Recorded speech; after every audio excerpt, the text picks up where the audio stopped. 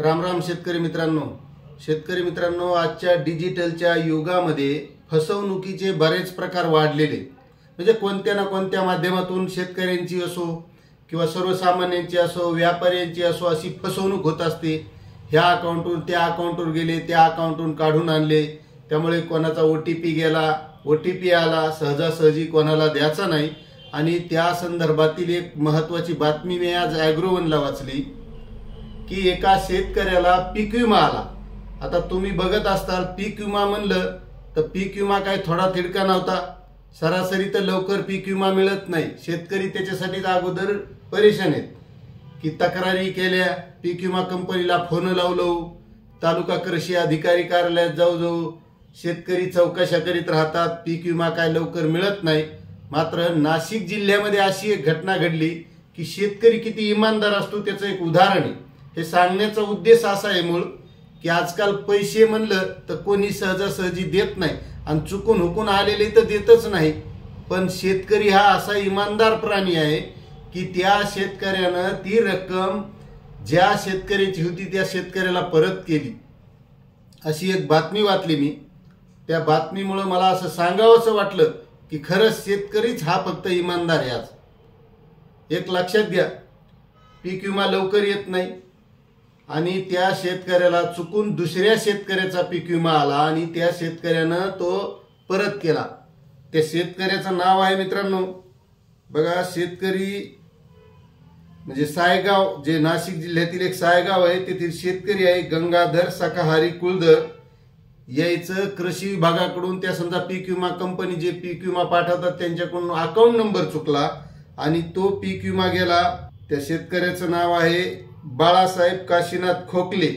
या बाळासाहेब काशीनाथ खोकले यांच्या खात्यावर तो पीक विमा गेला आणि नंतर हे कृषी अधिकाऱ्याच्या किंवा ज्या शेतकऱ्याचा पीक विमा गेला होता त्या शेतकऱ्याच्या लक्षात आलं। मग त्यानं तालुका कृषी कार्यालयात संपर्क केला, माझा पीक विमा आला नाही। आणि त्यावेळेस मग तिथले ते पीक विमा कंपनीचे काही प्रतिनिधी, कृषी कार्यालयातले कर्मचारी यांनी त्या शेतकऱ्याशी संपर्क साधला की बाबा तुमच्या खात्यावर पीक विमा आला, मात्र तो शेतकरी देव धर्म करायला गेलेला होता आणि ते दर्शनाला गेले असल्यामुळं त्यानं आल्याच्या नंतर त्याच्या खात्यात लक्षात आलं की हे खरंच आपले पैसे नाहीत। मग त्या शेतकऱ्यानं जाऊन ते तालुका कृषी कार्यालयात संपर्क केला आणि तिथं गेल्याच्या नंतर त्या शेतकऱ्यानं ते पैसे जसे ऑनलाईन आले होते तसे ज्या शेतकऱ्याचे होते त्या शेतकऱ्याच्या खात्यात ऑनलाईन पाठवले।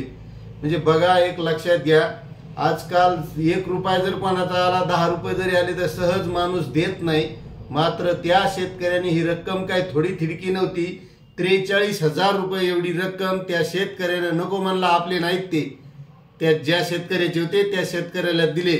म्हणजे ही कष्टाची फक्त जाण असणारा शेतकरीच असू शकतो। त्यामुळे एक लक्षात घ्या, शेतकऱ्याला कोणीही फसवण्याचा प्रयत्न करू नका, कारण खूप कष्टाचे पैसे असतात, ती त्या शेतकऱ्याला जाण होती म्हणून त्या शेतकऱ्याने ज्या शेतकऱ्याचे होते त्या शेतकऱ्याच्या खात्यावर ते पैसे दिले। एवढी इमानदारी फक्त शेतकरीच दाखवू शकतो। त्यामुळे एक लक्षात घ्या मित्रांनो, बरेच जण, कोणते अधिकारी असो किंवा व्यापारी असो, बरेच लोक हे शेतकऱ्याला फसवण्याचा प्रयत्न करतात। फसवण्याचा म्हणजे त्यांचा दृष्टिकोन फसवणं हा नसतो, त्या शेतकऱ्याला काही वस्तू विकल्या, खतं विकले, बियाणं दिले, त्याच्यातून पैसे कमवायचे, जेवढे जास्त कमवता येतील तेवढे।